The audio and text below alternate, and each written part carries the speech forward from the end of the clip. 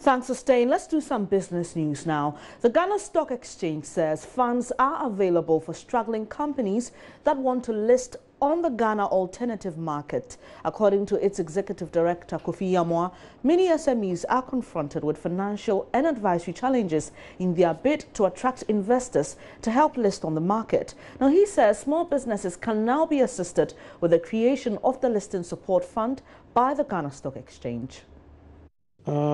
The GACs, we took pains in setting it up because we want it to be attractive to the SMEs.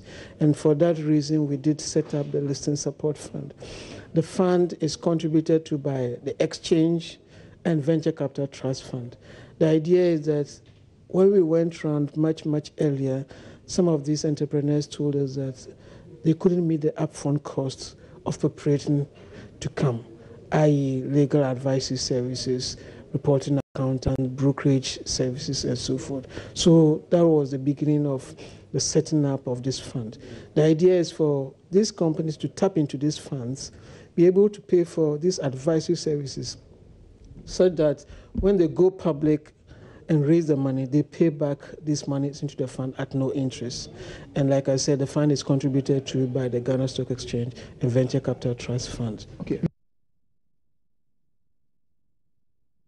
Now, the IMF says sub-Saharan Africa is seeing a modest pickup in economic growth from a rise of 2.8% in 2017 to a 3.4% in 2018. Addressing a press conference in the U.S. at the just-ended annual spring meeting, the African Department Director of the IMF, Abibi Selassie, said the growth has been made possible by external conditions including stronger global growth, higher commodity prices, and favorable financing conditions. He also highlighted growing trade within Africa as a positive force, with intra-Africa trade growing from below 10% to almost 20% of the total region's trade. Much of what Africa trades with each other tends to be more processed, more manufacturing type goods, exactly the kind of more diversified exports that our countries are seeking.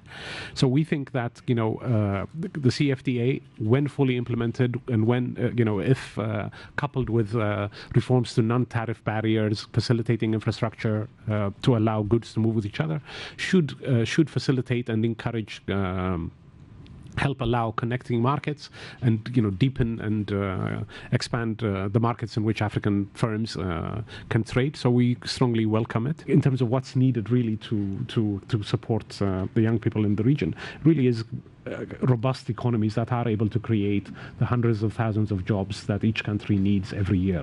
So I think it's with robust private sector economic growth that we will be able to find we will be able to create jobs and opportunities for the young. And this circles back to some of the policies that we were talking about earlier, making sure that there is an active process of identifying the constraints to investment in areas, removing distortions, addressing competitiveness issues where they arise, really should not be underestimated in terms of how important they are to facilitate private investment.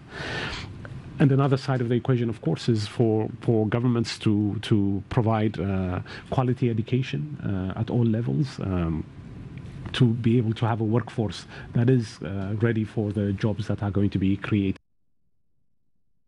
That'll be all for business news. Abigail Senasusu joins me shortly with the latest from the world of sports. Do stay.